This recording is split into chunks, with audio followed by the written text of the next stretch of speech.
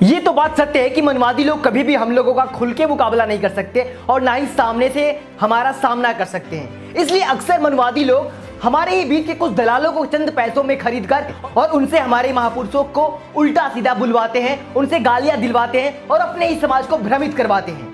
जैसे कि पिछली वीडियो में मैंने आपको दिखाया था किस तरह से एक भंते जी अपने ही समाज के लोगों को भ्रमित कर रहे हैं और आरएसएस की विचारधारा को फैला रहे हैं। किस तरह से किरण जाटो नाम की एक महिला अपने ही समाज के लोगों को गुमराह कर रही है। तो वैसे ही आज की वीडियो में हम आपको मिलाने वाले हैं एक धिंगड़ इंसान से, जो कि अपने ही समाज से आता है लेकिन वो अपना वजूद नहीं जानता है, क्योंकि उसकी मम्मी ने आसाराम के कॉलेज से पीएचडी कर ली है और वहां से ये प्रसाद मिला है। तो आज की वीडियो में हम आपको मिलाने वाले हैं ओम यादव से, और ये ओम क्या कह रहा है अपने समाज के लोगों के बारे में, एससी एसटी ओबीसी वर्ग के लोगों के बारे में और हमारे देश के संविधान निर्माता के बारे में आप खुद सुन लीजिए। एक बार फिर से बात करने के लिए भीमटों के बारे में, शूद्रों के बारे में, नीच जाति के लोगों के बारे में। अबे तू होता कौन है बात करने वाला? क्यों बात करेगा? तू प्रधानमंत्री है, मुख्यमंत्री है, राष्ट्रपति है। अरे मादरचो, तू है कौन बात करने वाला इन लोगों को? और तू किनको शूद्र बोल रहा है और किनको अछूत बोल रहा है? अबे मादरचो, तू भीमटा भीमटा चिल्ला रहा है ना। आपको पता है भीमटा किसे कहा जाता है? अगर आपको नहीं पता है तो मैं फिर से बता दे रहा हूं। अक्सर अपनी सारी वीडियो में बताया करता हूं कि भीमटे का मतलब क्या होता है। तो सुन ओम यादव, भीमटे का मतलब क्या होता है। बाबा साहब ने जब एक ब्राह्मण औरत से शादी किया था तो उस वक्त सभी ब्राह्मण तेरे जैसे मादरचोद मानसिकता वाले लोग कंफ्यूजन में फंस गए कि आखिर एक दलित को, एक अछूत को, जिसे तू दलित अछूत कह रहा है, उसको जीजा कैसे कहें। तब उन लोगों ने भीमटा शब्द का उपयोग किया अपने जीजा के लिए। तो जीजा का शाब्दिक अर्थ ही भीमटा होता है। तो जिन लोगों ने ओम यादव जैसी अपनी बहनें दी होगी, जिनको ये छूत नीच कह रहा है, वो लोग भीमटा कहा करते हैं और ओम यादव उन्हीं में से आता है। और ये बार बार एक चीज कह रहा है, नीच, अछूत वगैरह वगैरह। चल भोसड़ी का, चल मुझे तू एक बात बता ओम यादव, तू क्या ब्राह्मण है, क्षत्रिय है, वैश्य है? नहीं ना, चार ही वर्ण होते हैं ना। तो जब तू ना ब्राह्मण है, ना क्षत्रिय है, ना वैश्य है, तो मादरचोद जो चौथा वर्ण बचता है तो तू भी तो वही है ना, शूद्र। और भोसड़ी का तू अछूत कह रहा है ना, तू यादव है ना, अखिलेश यादव, तेरे को नाम पता होगा ना। अखिलेश यादव ने जब अपना बंगला छोड़ा था तो शुद्धिकरण किया गया था, तब कहां गई तेरी उच्चतम? अबे साले, तू भी उसी खेत की मूली है, फिर क्यों तू गंद कर रहा है? हाँ, जब अखिलेश यादव एक देश के मुख्यमंत्री के साथ छुआछूत हुआ, एक देश के मुख्यमंत्री का शुद्धिकरण किया गया बंगले का, तो तू किस खेत की मूली है? तू क्या खुद को मुगलों की औलाद समझ रहा है क्या? बताता हूँ कि ये लोग चूड़े हैं, चमार हैं, ये लोग नीच हैं, अछूत हैं, और पहले इनके ऊपर जो अत्याचार किए जाते थे वो बहुत सही किए जाते थे। ये लोग इसी के लायक थे। अबे मादरचोद, पहले की बात छोड़, आज की तू बात कर।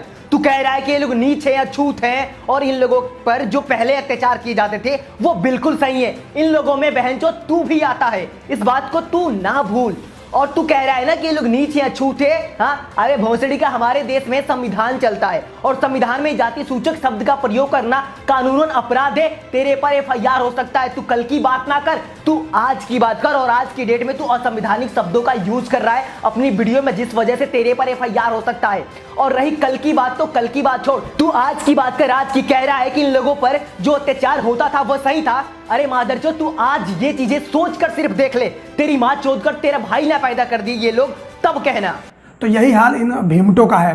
ये लोग चाहे कितना भी पढ़ लिख लें, लेकिन इनकी जो गंदी मानसिकता है, नीच मानसिकता है, वो हमेशा ही रहती है। अरे मादरचोद, किसकी गंदी और नीच मानसिकता, ये सब दिख रहा है। मेरा एक दोस्त है, मोहित यादव नाम है उसका, वो अक्सर मुझसे कहा करता था कि देख अरुण भाई, कुछ कुछ यादव ऐसे होते हैं ना जिनकी बुद्धि आज तक घुटने में है, और तू भी उन्हीं में से है। मेरा वो मोहित यादव दोस्त बिल्कुल सही कहता था। मुझे लगता था कि ये अपनी ही जाति के वाले लोगों के बारे में ऐसा क्यों कहता है, पर तुझे देखकर पता चल रहा है कि कुछ यादव आज भी ऐसे हैं जिनकी बुद्धि घुटनों में है। अरे मादरचोद, तू किन लोगों की बात कर रहा है भोसड़ी वाला? तू भी उन्हीं कम्युनिटी से आता है। इन लोगों के बारे में एक कहावत है, हालांकि इनके बारे में नहीं है, वो ऐसे ही आमतौर पर कहावत है, लेकिन इनके ऊपर फिट बैठती है। कहावत है कि पैरों की जो जूती है, पैर की जो जूती है, उसको आप सर पर बिठा नहीं सकते हैं, और सर पर बिठाने के बाद वो ताज नहीं बन सकती है। तो यही हाल इन भीमटों का है। ये लोग चाहे कितना भी पढ़ लिख लें, लेकिन इनकी जो गंदी मानसिकता है, नीच मानसिकता है, वो हमेशा ही रहती है। और तू कहावत की बात कर रहा है ना कि पैरों की जूती सर पे ताज नहीं बन सकती। सुन मादरचोद, तुम लोग डॉक्टर भीमराव अंबेडकर को पैरों की जूती समझते थे ना, नीच अछूती समझते थे ना। वही डॉक्टर भीमराव अंबेडकर जिसे तुम लोग पैरों की जूती नीच अछूत समझते थे ना, वही डॉक्टर भीमराव अंबेडकर तेरे सर के ताज बने, और जब तक संविधान है तब तक इस देश के ताज बन के रहेंगे। हमारे देश का राष्ट्रपति तुझे पता है कौन है, जिसे तुम लोग नीच अछूत कहते हो, पैरों की जूती कहते हैं ना, आज भी हमारे देश का ताज राष्ट्रपति होता है, और वो भी तेरे सर पे आज भी बैठा है। भोसड़ी का किस अंधकार में जी रहा है? अंधा है क्या? दिखाई नहीं दे रहा है? अरे अनपढ़ा, धर्म की चटनी चाटे हुए इस अंधकार से बाहर निकल और देख रियलिटी में हो क्या रहा है। तू जिन्हें नीच अछूत कह रहे हैं ना, वो कब का तेरे सर पर ताज बन के बैठे हैं, और तुम सालों धर्म का अफीम पीकर अपनी मां चुदा रहे हो आसाराम के आश्रम में जाकर। तो आज की इस वीडियो में मैं भीमटो की पोल खोलूंगा, साइंस जर्नी वाले की पोल खोलूंगा, और इनके बाप अंबेडकर की पोल खोलूंगा। बताऊंगा कैसे अंबेडकर संविधान विरोधी था और सबसे बड़ा दोगला व्यक्ति था। ये मादरचोद बार बार कह रहा है अपनी वीडियो में कि बाबा साहब कोई नीच व्यक्ति थे और हम उनको अपना बाप मानते हैं। चल मादरचोद, हम मानते हैं उनको अपना बाप मानते हैं, हाँ, लेकिन तुम किसे बाप मानते हो? हाँ, किसे बाप मानते हो? आसाराम को, राम रहीम को, रामपाल को, ऐसे लोग तेरे बाप हैं। अरे क्या है इन लोगों का समाज में योगदान?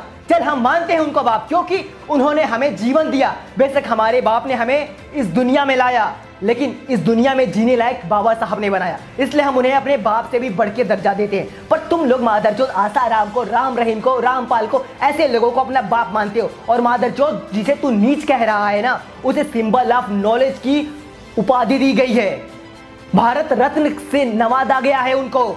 उसके पास हजारों किस्म की डिग्रियां रही होंगी, भले ही उसने पीएचडी की होगी, लेकिन उसकी जो मानसिकता थी वो शूद्रों वाली ही थी, वो नीच वाली ही थी, और वो संविधान विरोधी बातें ही करता था। ये मादरचोद कह रहा है कि उसके पास हजारों डिग्रियां थी। अरे भोसड़ी का, तू उनके बारे में जानता है कुछ?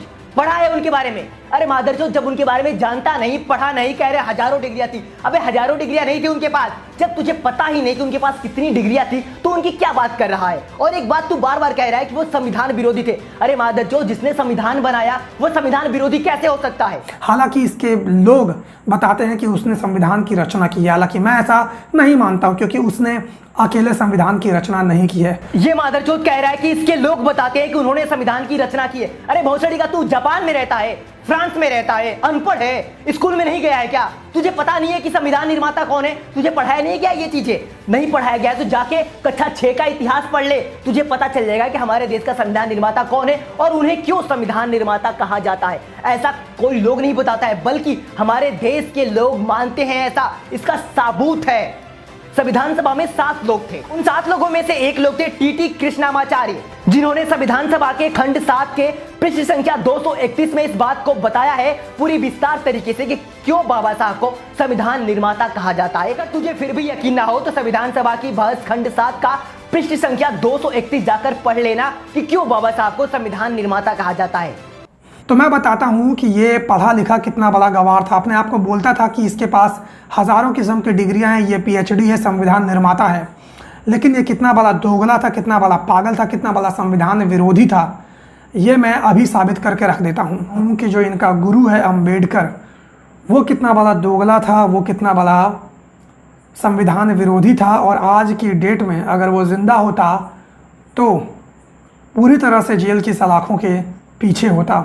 ये मादरचोद दोगले की औलाद बार बार एक बात कह रहा है कि बाबा साहब पागल थे, सनकी थे, संविधान विरोधी थे। अरे भोसड़ी वाले, जिसने इस देश का संविधान लिखा वो संविधान विरोधी कैसे हो सकता है? तुझे इतनी भी अकल नहीं है? एक ही बात को अपनी पूरी वीडियो में, तेरी पूरी वीडियो मैंने देखी जो 10 मिनट की, पूरी वीडियो में मादरचोद तूने एक ही बात कही है। क्या खुलासा किया है, क्या बताया उस वीडियो में? सिर्फ एक ही बात कि बाबा साहब पागल थे, दोगले हैं, ये थे। अरे मादरचोद, मोहल्ले वाले भी तो इस बात को कहते हैं कि तू भी अपने बाप की औलाद नहीं है, क्योंकि तेरी माँ आसाराम के आश्रम से पीएचडी करके निकली थी, वहां की तू प्रसाद है। इस बात को हम भी मानते हैं, भोसड़ी वाले पूरा देश मानता है कि तू मादरचोद की औलाद है भोसड़ी का। तुझे क्या लगता है ये सारी बातें कह के तू क्या सिद्ध करना चाहता है? हाँ, तुझे पता है एक बात कि हमारे देश में कोई कानून का विरोध करे, कानून का उल्लंघन करे तो उस पर एफआईआर हो सकती है, उसे जेल हो सकता है। और तू तो मादरचोद हमारे देश के कानून बनाने वाले के खिलाफ उल्टा सीधा बोल रहा है, तो तेरी तो गांड फटने ही वाली है बेटा।